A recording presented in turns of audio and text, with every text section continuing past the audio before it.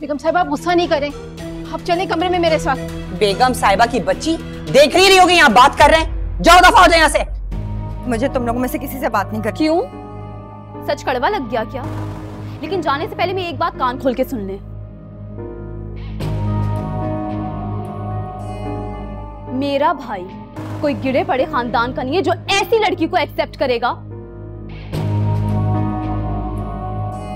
जिसकी बारात ऐन निकाह के वक्त उसके घर से चली जाती।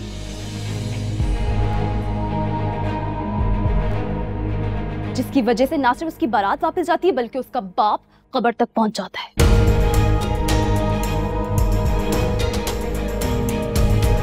और उस लड़की पे कोई असर ही नहीं होता, वो आज तक सबके सामने हंसती मुस्कुराती फिरती रहती है। युसरा, तुम हद से बढ़ रही हो। बिल्कुल ठीक कह रही है युसरा।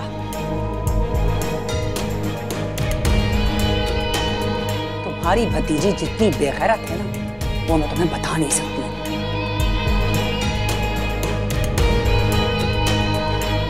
क्योंकि फारूक ने तुम्हारी भतीजी को रंगे हाथों पकड़ा है हमदान के साथ।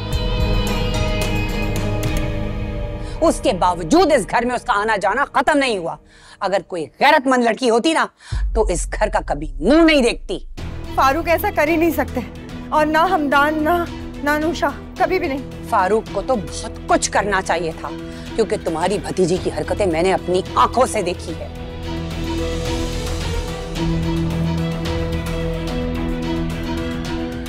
तुम्हारे भाई ने अपनी जवान बेटी की ये तरबियत की है, शर्म नहीं आती तुम लोगों को?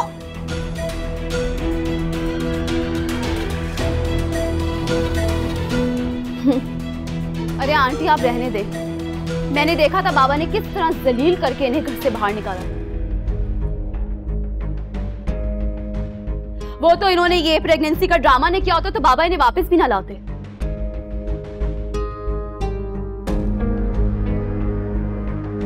एक बात बताएं, आपको शर्म नहीं आती?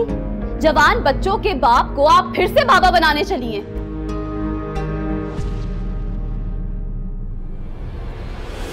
क्या इमेज रह जाएगा हमारा अपने सर्कल में?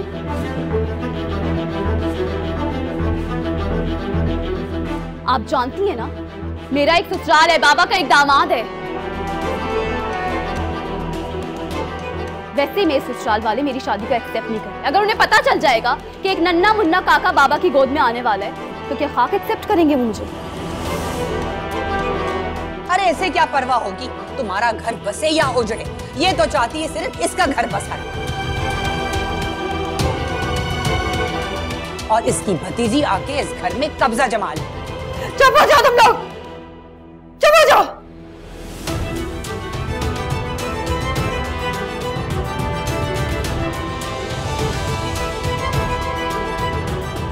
आंटी ये क्या हो गया? ये तो बेहोश हो गई। हमें अपने बारे में सोचना चाहिए। निकलो यहाँ से, इससे पहले हमें कोई देख ले। निकलो। बेगम साहिबा, बेगम साहिबा, बेगम साहिबा, युसरा बीबी, हमदान भाई, इकबाल, बेगम साहिबा। क्या हुआ? हमदान भाई ये बेहोश होके गिर गई, होश भी नहीं आ रहा। बेगम साहिबा पानी लेके आओ। बेगम साहिबा,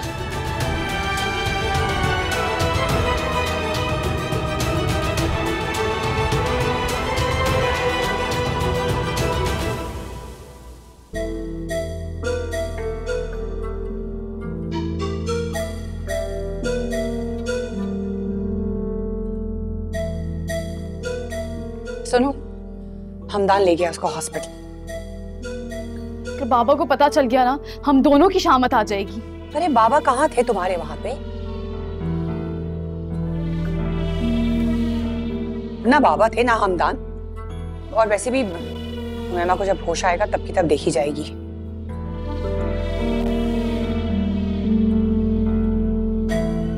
मैंने ना एक तरकीब सोची है। हाँ, मैं सारा इल्जाम उमैमा पे ही डाल दूंगी। और नसरीन वो कुछ नहीं बताएगी क्या? ओह, नसरीन के बारे में तो मैंने सोचा ही नहीं।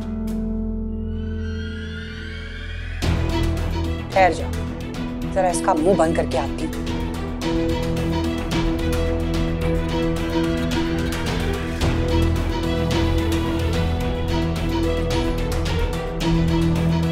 रुको, तुमने कुछ नहीं देखा है। मैं और युसरा घर पर थे ही नहीं, यही बताना है तुमने सबको। बेगम साहिबा, आपने अच्छा नहीं किया। मैंने कुछ भी नहीं किया। तुम्हें यह बात क्यों नहीं समझ आ रही?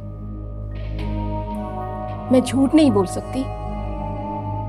अच्छा, तो ठीक है,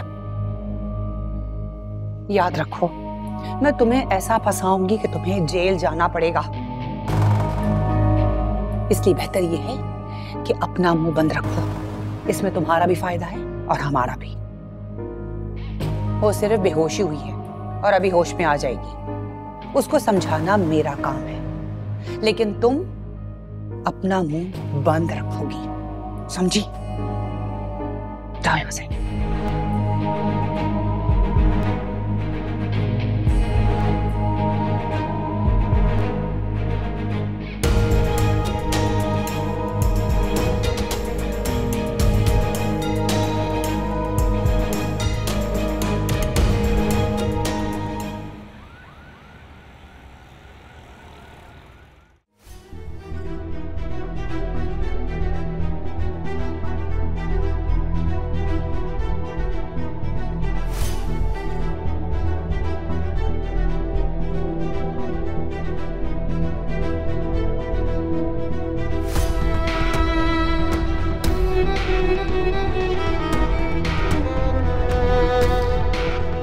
हमदान, क्या हुआ अम्मा को? कैसी है वो? नानी मैं घर पहुंचा हूं तो बेहोश थी। नसरीन उन्हें होश में लाने की कोशिश कर रही थी और मैं फिर उन्हें फौरन यहाँ ले आया। बेहोश हो गई? कैसे बेहोश हो गई? वो तो बिल्कुल ठीक थी, मेरी शाम में बात हुई थी उनसे। मुझे नहीं पता अनुषा, इतना मौका ही नहीं मिला। सिर्फ नसरीन ही थी उस वक्त वहां पे। मैं क्या पूछता उससे? आंटी को यहाँ जो लेके आना था। डॉक्टर क्या कह रहे हैं? पता नहीं, अभी तक बाहर नहीं आई।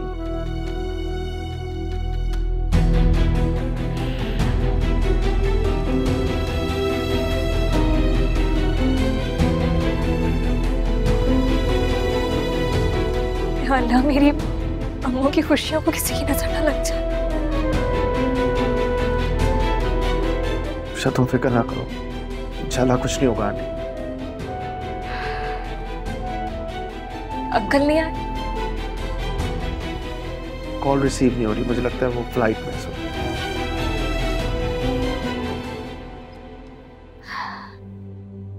जी डॉक्टर साहिबा, होश में आई वो? ठीक है? ये तो आप लोग बताएंगे कि क्या हुआ है।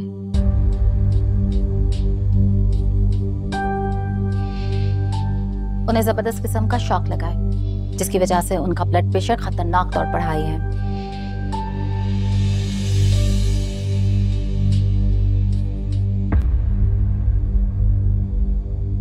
और उनके दिमाग पर भी असर आया है। मुझे तो शुबा है कि उनका नर्वस ब्रेकडाउन हुआ है। Nervous breakdown? जी, उनका भी चेकअप हो रहा है और मजीद टेस्ट लिए जाएंगे, उसके बाद पता चलेगा।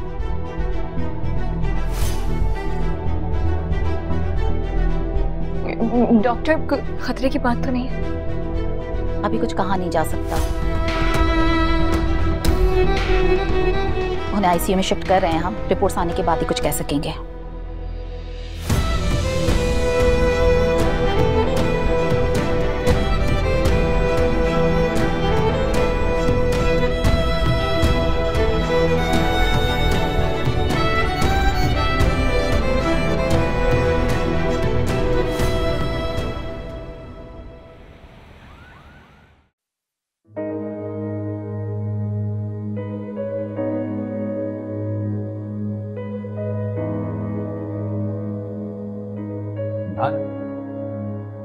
आईसीयू में क्या हुआ?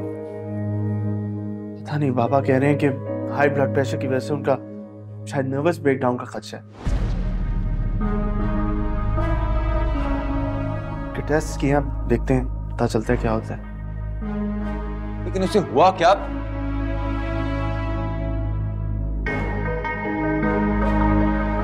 तुम लोग उसके पास नहीं थे क्या?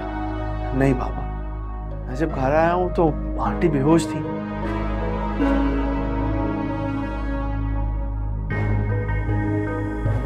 सिर्फ नसरीन ही साथ थी, वही बता सकती है कि क्या हुआ है। मुझे फोन किया था रात में, कहा था कि मैं ना आऊं, फारूक आ रहे। तब तो बहुत खुश थी। फिर ऐसा अचानक क्या हुआ? डॉक्टर साहब कैसी हालत है? मैंने आपसे कितनी बार ताकीद की थी कि उन्हें किसी किस्म का कोई स्ट्रेस ना होने पाए, क्योंकि उनका नर्वस सिस्टम पहले से ही बहुत वीक था।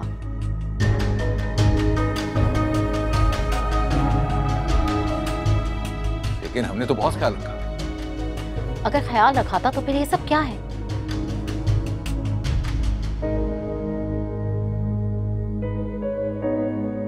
उन्हें कोई ऐसा शॉक पहुंचा है जिसकी वजह से उनका बीपी शूट कर गया, उनके दिमाग को असर पहुंचा, उनका नर्वस ब्रेकडाउन हो गया। अगर जल्द उन्हें होश नहीं आया तो हम फिर बच्चे की भी कोई गारंटी नहीं ले सकते।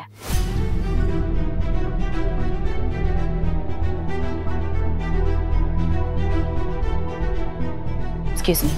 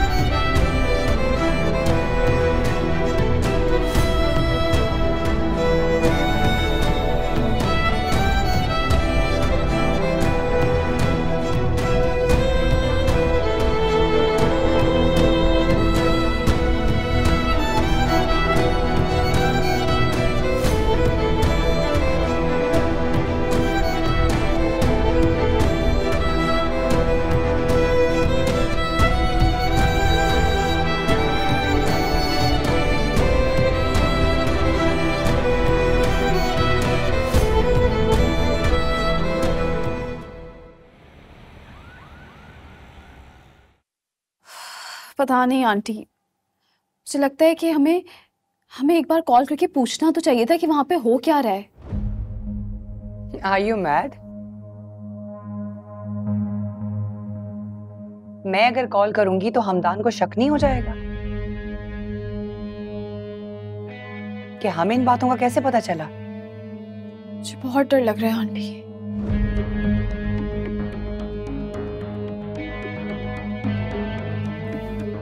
अगर नसरीन ने सबको बता दिया तो? डरने की कोई जरूरत नहीं है। ऐसी धमकी दी है ना मैंने उसको, अपना मुंह खोलने से पहले 10 दफा सोचेगी वो।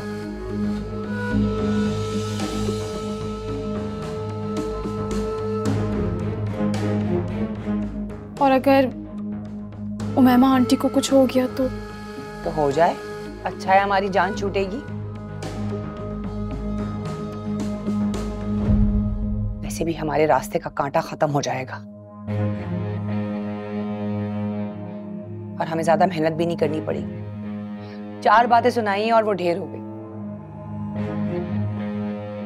वैसे आपस की बात है, मुझे अंदाजा नहीं था कि वो इतनी कमजोर होगी। कि हमने कुछ ज्यादा तो नहीं बोल दिया उन्हें? हाँ तो क्या हुआ? वैसे भी मुझे लगता है कि ऐसी सिचुएशन में बच्चा तो नहीं बचा होगा। जो गुड न्यूज है वो बैड न्यूज हो सकती है। रियली? हाँ, अब जो सिचुएशन चल रही है मैं तो उस हिसाब से बात कर रही हूँ।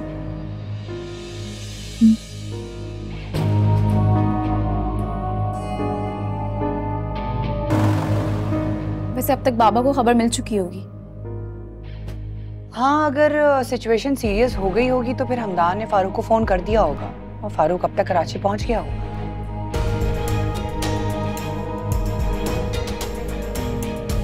अच्छा प्लीज छोड़ो ना यार सारी फजूल बातें।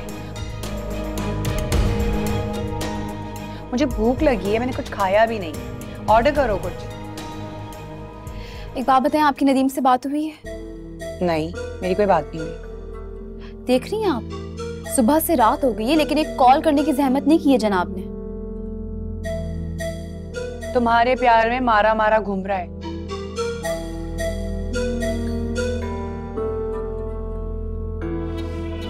पैसों की अरेंजमेंट कर रहा है बेचारा। उसने नहीं कॉल की तो तुम खाने के बाद जरा खुद कॉल करके पूछ लो कि वो ठीक है, कहाँ है। ठीक है। Excuse me.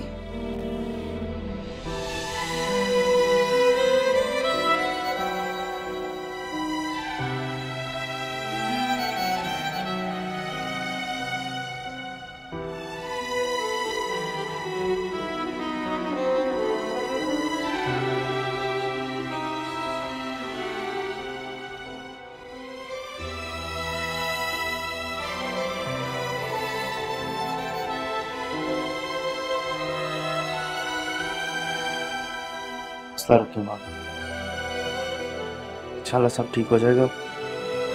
इस दुआ करें कि आंटी ठीक हो। अगर बच्चे को कुछ हुआ तो मैमा बर्दाश्त नहीं कर पाएगी। बिल्कुल, सदमा तो बहुत गहरा होगा, लेकिन जो अल्लाह की मर्जी है। लेकिन हमारा फोकस आंटी पर होना चाहिए कि वो जल्द से जल्द सेहतयाब।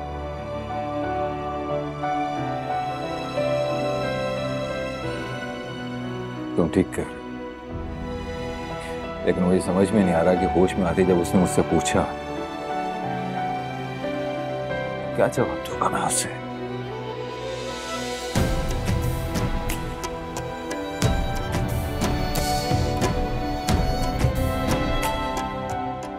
नहीं अंकल,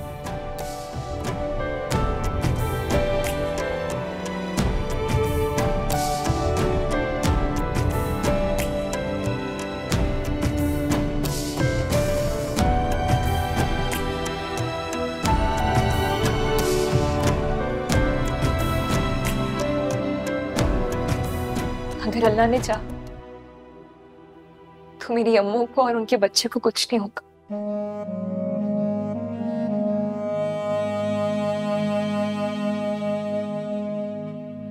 आप लोग प्लीज इस तरह की बातें मत सोचें।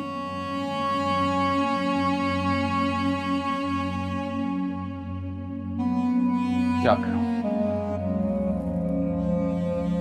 लेकिन मुझे पूरा यकीन है कि इस कैफियत में तुम ही हो अनुषा जो उसे संभाल सकती। तुम्हारी बात वो सुनेगी, समझेगी।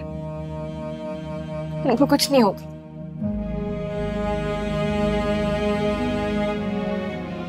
क्योंकि जो अल्लाह के बंदों का ख्याल रखते हैं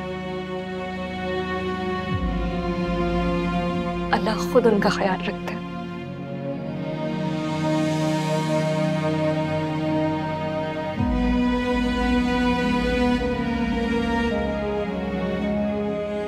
ना उन्हें कुछ होगा और ना उनके बच्चे को। इंशाअल्लाह।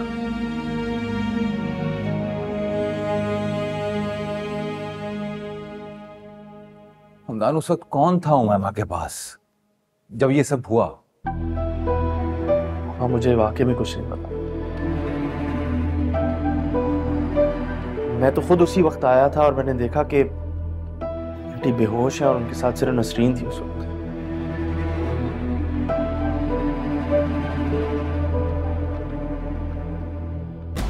और नसरीन से मैं क्या ही पूछता उस वक्त।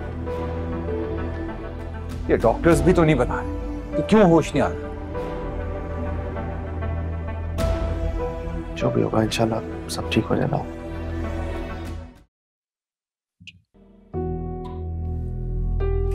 आप जाएं, ब्लड में पर रिपोर्ट्स वगैरह चेक करें उनके ब्लड की, और आप जाके डॉक्टर से मालूम करें कि दूसरे डॉक्टर्स कब आ रहे हैं। ठीक है? डॉक्टर साहबा होश आ गए? अभी तक नहीं आया तो क्या करें आप लोग? क्यों होश नहीं आ रहा उसे? कुछ कीजिए ना। देखिए, वो होश और बेहोशी की दरमियानी कैफियत में।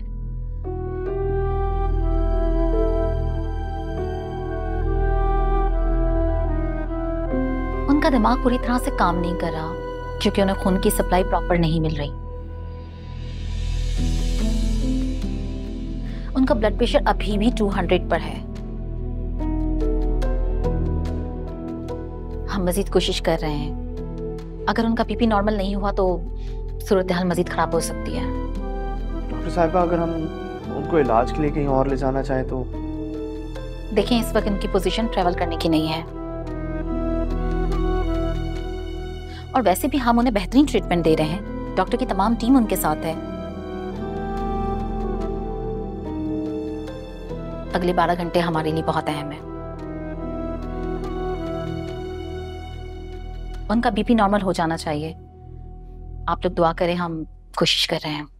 इस वक्त उन्हें दुआ की बहुत जरूरत है।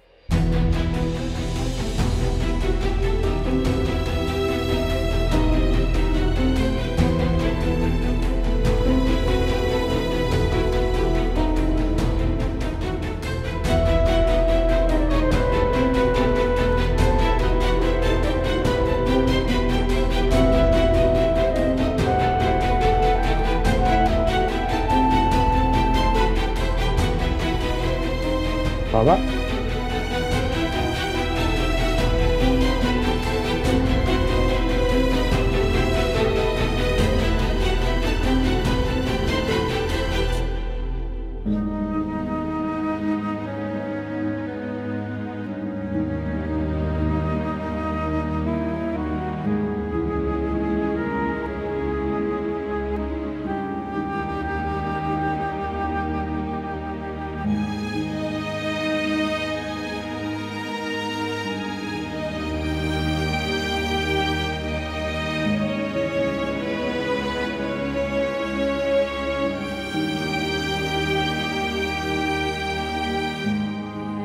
इंशाल्लाह सब ठीक हो जाएगा। बस दुआ करो आंटी के लिए। मैं तो हर पल उनके लिए दुआ कर रही।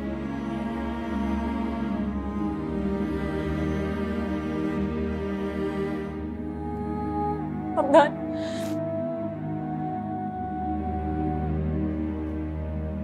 बाबा के बाद अम्मू के सिवा मेरा इस दुनिया में कोई भी नहीं।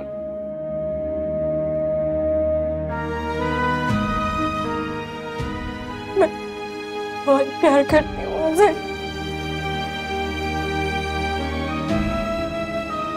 छोड़ के नहीं जा सकती, मुझे उनको मेरे साथ रहना होगा।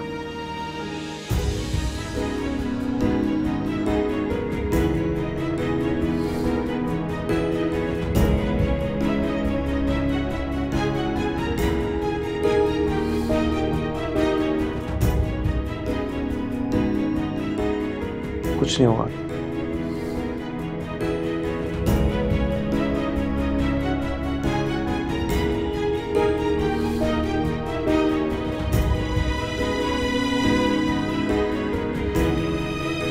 बिल्कुल फिक्र नहीं है ना तुम्हें। मैं किसके सहारे जिंदा रहूं? वो ऐसा मत कहे, प्लीज ऐसा मत कहे। बाप ही तो है मेरा सहारा। देखो अनुषा, भाईजान जा चुके और अब कभी वापस नहीं आएंगे, और हमें अब सारी जिंदगी इसी तल्ख हकीकत के साथ गुजारनी होगी। उनके बगैर रहने की आदत डालनी पड़ेगी। कैसे पड़ेगी आदत?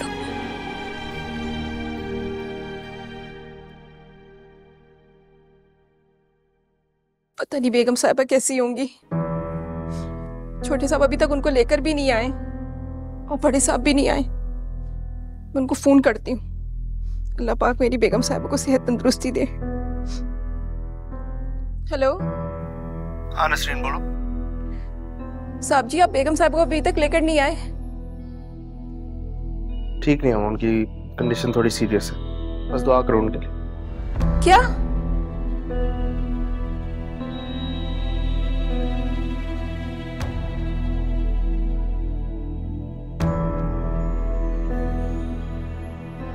उनको बिल्कुल सेहत तंदुरुस्ती। आंटी, मुझे लगता है कि अब तक तो वो हॉस्पिटल से आ चुके होंगे। बहरहाल हमने कुछ शो नहीं करना है कि हमें कुछ पता है। बस सीधा अपने कमरे में चलो। ये रो क्यों रही है? खौफ से रो रही होगी, क्योंकि इसको मैंने कहा था अगर इसने जबान खोली ना तो सारा इल्जाम इसी के मुंह पे मार दूंगी। मुझे तो कोई और बार लगती है। चलें पूछते हैं। चलो। नसरीन, क्या हो गया तुम्हें, क्यों रो रही हो? बेगम साहबा की हालत बहुत खराब है। छोटे साहब ने कहा है उनकी बहुत दुआ की जरूरत है। क्या? अब आंटी ये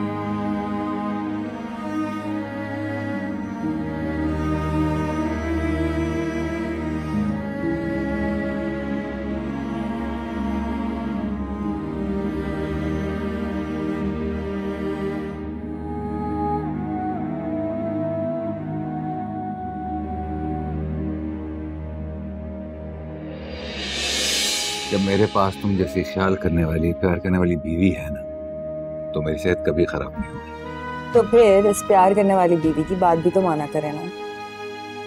हुक्म सरकार।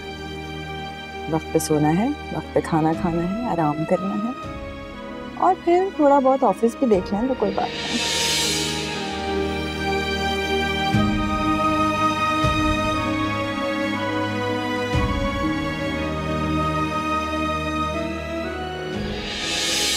बहुत प्यारी लग रही।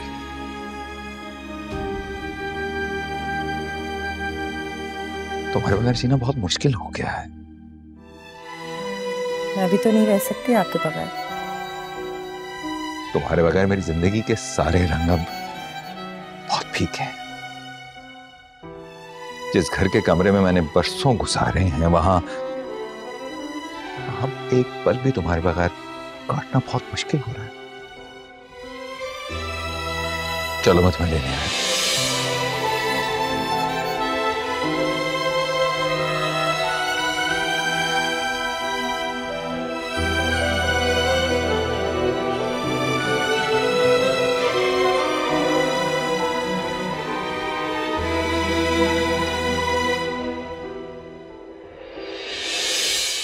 हर कोई अपनी जगह पर मजबूर था। तुम अपने फर्ज के आगे, और मैं अपनी मोहब्बत का भी मजबूर। तुम्हारी एक आवाज पर मैं दौड़ा चला आया, सब कुछ भूल गया। आपका ये एहसान मैं जिंदगी भर नहीं भूलूंगी। मोहब्बत में एहसान नहीं होता। मोहब्बत तो सिर्फ मोहब्बत होती है। जिससे आप प्यार करते हैं उसे खुश देखकर आपको तस्कीन मिलती है। मैं आपसे बहुत मोहब्बत करती हूँ फारूक, यकीन कीजिए। आपके बिना बीते दिन और रात मुझ पे कयामत बन के गुजरे हैं। फिर वादा करो मुझसे कि अब कभी मुझे छोड़कर नहीं जाओगे। कभी नहीं। वादा।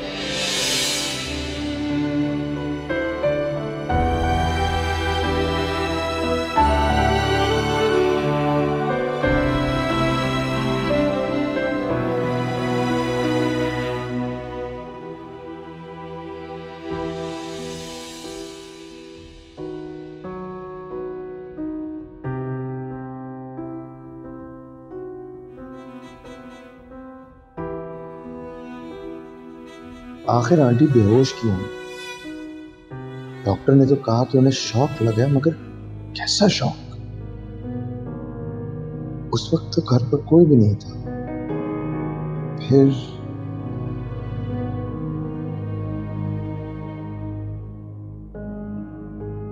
रायना आंटी, कहीं इस सब के पीछे रायना आंटी तो नहीं?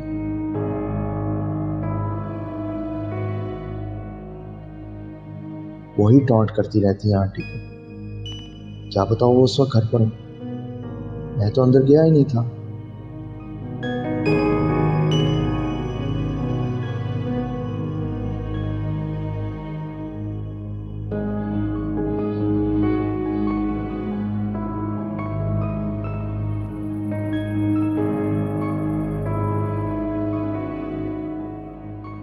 हमें भाई को फोन करना चाहिए। नहीं, अभी रुक जाओ। क्यों क्यों नहीं कर सकते? फोन फोन करने में क्या हर्ज है? आपने सुना नहीं नसरीन क्या कह रही थी?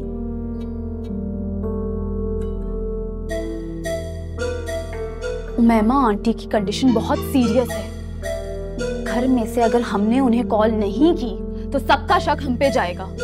शक हम पर क्यों जाएगा? उमैमा की तबीयत खराब थी, उसको चक्कर आए, वो बेहोश हो गई।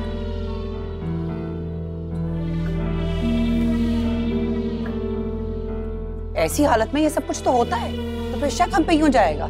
जो कुछ भी है वो इस घर की फर्द है ना, हमारी तरह। बाबा की वाइफ है वो। हमारा फोन करना बहुत जरूरी है, नहीं तो बाबा को बहुत बुरा लगेगा। वो इस वक्त लाहौर में। सिर्फ हमें फोन नहीं करना चाहिए, हमें हॉस्पिटल भी जाना चाहिए। हाँ, भाई वहाँ अकेले होंगे। तुम्हारा भाई अकेला नहीं है, बुला लिया होगा उसने अपनी माशूका को। फुल डेट चल रही होगी हॉस्पिटल में। Aunty, for God sake try to understand. क्या हो क्या गया है आपको? आप सिचुएशन नहीं देख रही कितनी खराब हो गई है?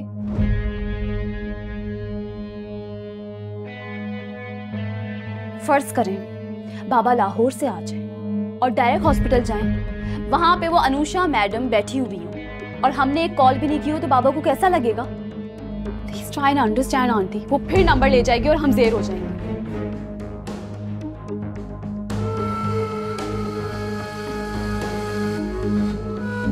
ऑफ है फोन फारूक का। भाई को ट्राई करें। तुम भी तो कर सकती हो ना युसरा। ओफ।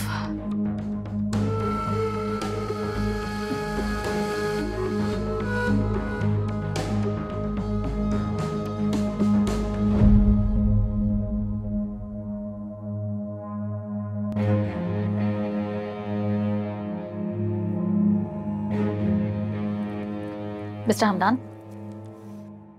जी कोई प्रोग्रेस? Same condition. आप ये मेडिसिन ले आए। इसमें जो इंजेक्शन है वो बहुत ही ज़रूरी है। वैसे तो बहुत मुश्किल से मिलता है, अगर मिल गया तो पेशेंट की तबीयत काफ़ी संभल सकती है। मैं ले आऊँगा। गुड।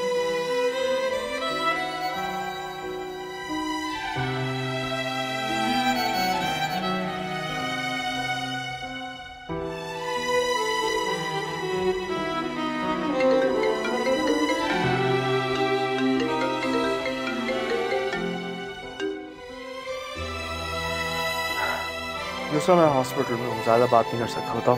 हेलो भाई, मैंने बस यही पूछने के लिए कॉल की है कि घर में कोई नहीं है, सब खैरियत है ना? क्यों, तुम्हें नसरीन ने नहीं बताया?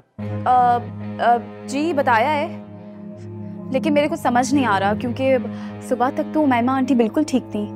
हाँ, समझ तो हमें भी नहीं आ रहा ना। आखिर आंटी को किसने क्या कहा है कि उन्होंने इतना स्ट्रेस ले लिया? नर्वस ब्रेकडाउन हो गया। क्या? हाँ, डॉक्टर्स का ये ख्याल है कि उन्हें कोई शॉक लगा है। अब कब हुआ है, कैसे हुआ है, ये तो आंटी बता सकती हैं जब वो होश में आएंगी इंशाल्लाह। बस तुम उनके लिए दुआ करो। भाई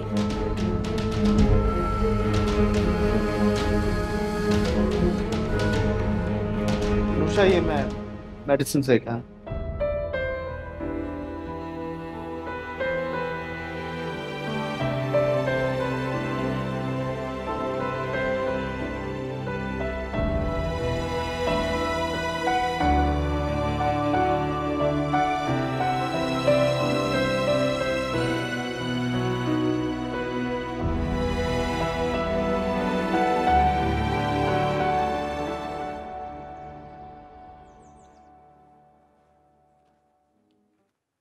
इंजेक्शन का जो डॉक्टर साहिबा कह रही थी वो मुझे मिला नहीं यहाँ से।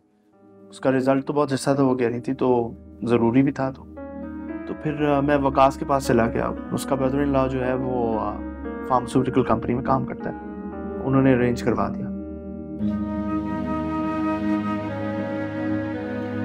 शुक्र है कि आंटी को टाइम पर मिल गया। अल्लाह करे कि बाकी सब भी बेहतर हो। इंशाल्लाह सब ठीक हो जाए।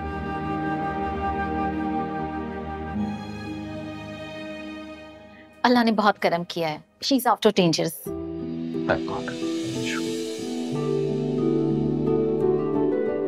वो होश में आ गई डॉक्टर? पूरी तरह से होश नहीं आया, लेकिन खतरे से बाहर है।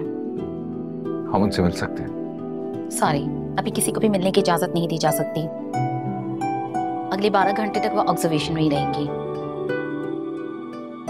ठीक है, जैसे आपको मुनासिब लगे। मेरा ख्याल है कि आप लोग घर चले जाएं और घर जाके रेस्ट करें। शाम में आ जाइएगा वापस। नहीं नहीं, मैं यही उनके पास रुकूंगी। कोई फायदा नहीं है, मिल तो नहीं सकती आप उनसे। ठीक तो वो कह रही है। हाँ, अगर हम उनसे मिल नहीं सकते तो क्या फायदा है यहाँ रुकने का। अनुषा तुम फिर हमारे साथ ही घर चलो, साथ में वापस आ जाएंगे। ठीक है।